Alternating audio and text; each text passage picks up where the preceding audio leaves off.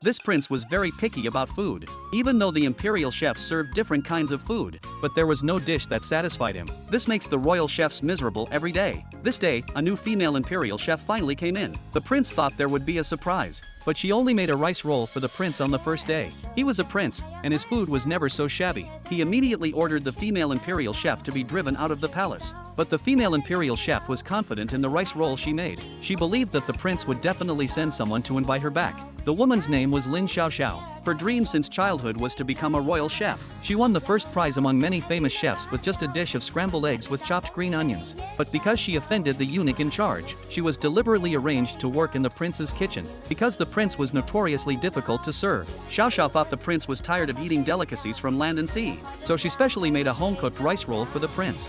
你是当本宫是领导，你就像菜师傅脑都在厨房里，竟然给本宫做这样的东西！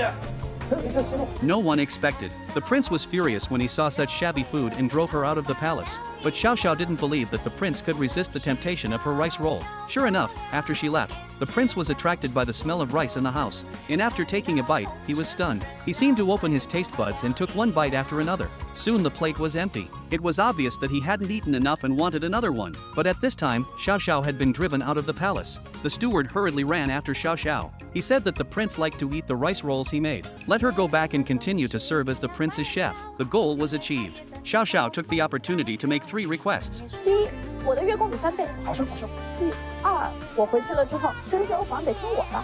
那是自然。The third request was that the prince had to eat whatever she cooked. The prince had never seen such an arrogant chef in his life. She was so bold. But thinking of her cooking skills, he still suppressed his anger. He wanted to see if this arrogant cook could match her cooking skills. But then Xiaoxiao sent someone to bring a few steamed buns and a plate of fried pork shreds. This was too perfunctory. The angry prince didn't even taste it and took it to the back kitchen. Unexpectedly, Xiaoxiao didn't panic at all. She began to ask the prince if he still remembered their agreement. You have to eat whatever I cook. The prince did not expect that the cook could be so eloquent. He had to reluctantly pick up the steamed bun and break it in half, add the meat sauce and take a bite.